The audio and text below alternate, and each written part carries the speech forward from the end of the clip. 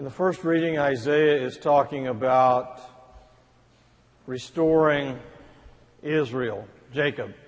Jacob and Israel are both used to represent the same thing, the people of God. The reading was written as a prophecy during the time of exile. The Babylonians had taken the people, about half of them, from Judea into Babylon.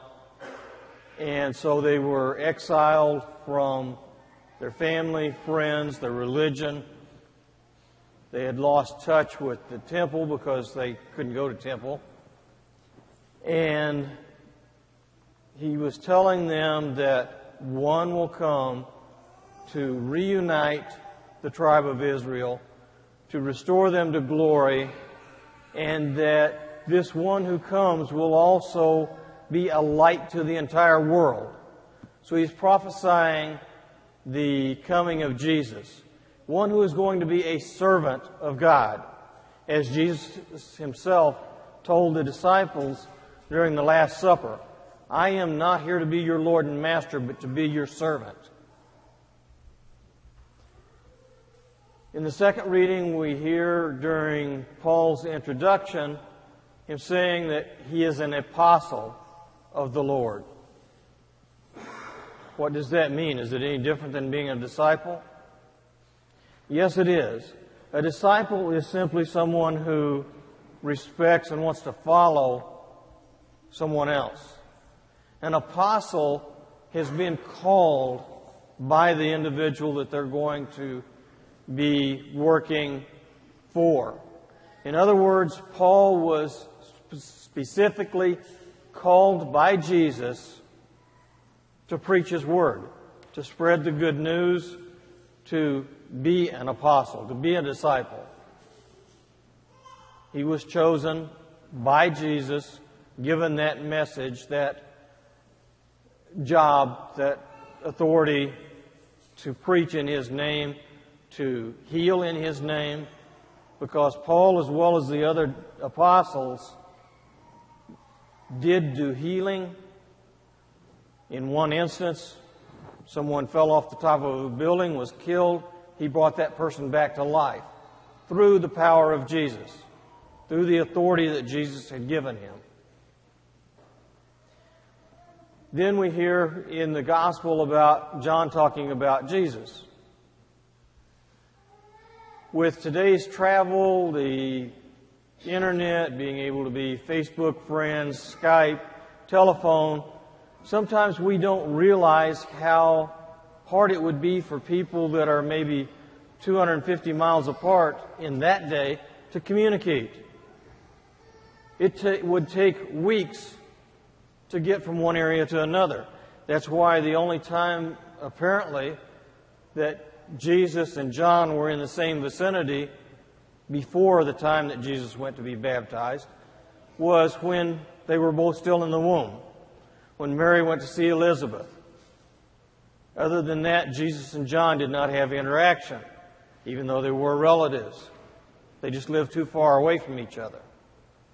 So the first time that John really saw Jesus was when Jesus came to the river, to Jordan, to be baptized. He saw this man who came down to him. He didn't know who it was. But when he baptized him, he saw the Spirit come from the sky and land upon Jesus. He had been told by God that the Messiah, when this person was presented to him, he would see this. So by the fact that he saw the Holy Spirit descend upon Jesus, he knew that this is the Messiah, because he had received that message from God, and he believed what God was telling him.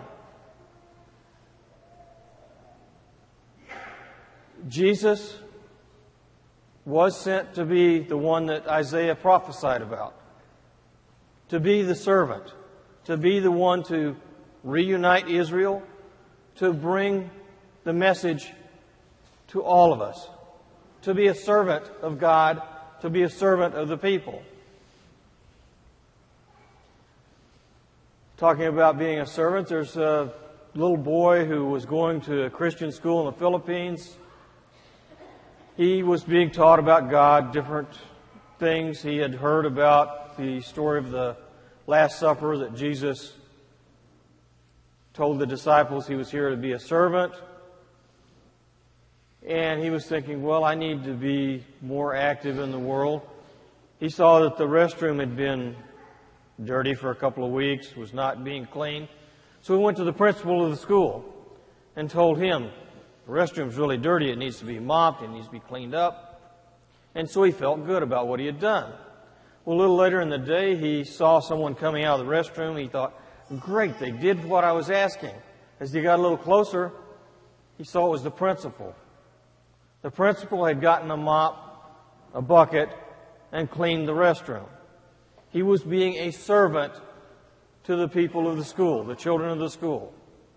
The little boy reflected on this and realized, I probably should have done this myself instead of asking the principal. He realized that within life, we need to, at times, take the authority, take the responsibility, and fix things ourselves. Instead of seeking the government to take care of the people who are poor, we need to also become involved in this. But it comes down even farther than that. It comes down to our families. As spouses, we should be servants to our spouse, to our children. In return, they should be servants to us. When we get married, we say that we are going to be the person's spouse through sickness and through good health, poorness, wealth. So it shouldn't make any difference what our situation is in the world, what our material circumstances are. We should still have that same devotion to our spouse, no matter what is happening. It doesn't matter if we bought a lottery ticket, we're a millionaire now. That doesn't mean you can discard your family and go look for somebody younger, prettier. It doesn't mean that if you or your spouse gets sick, that the other should leave and find someone healthy that might be more fun to be with. That's not what we're committing to when we decide to become a family. When we decide to become a family, we are committing to be servants to each other, to devote our lives to that individual as well as to God.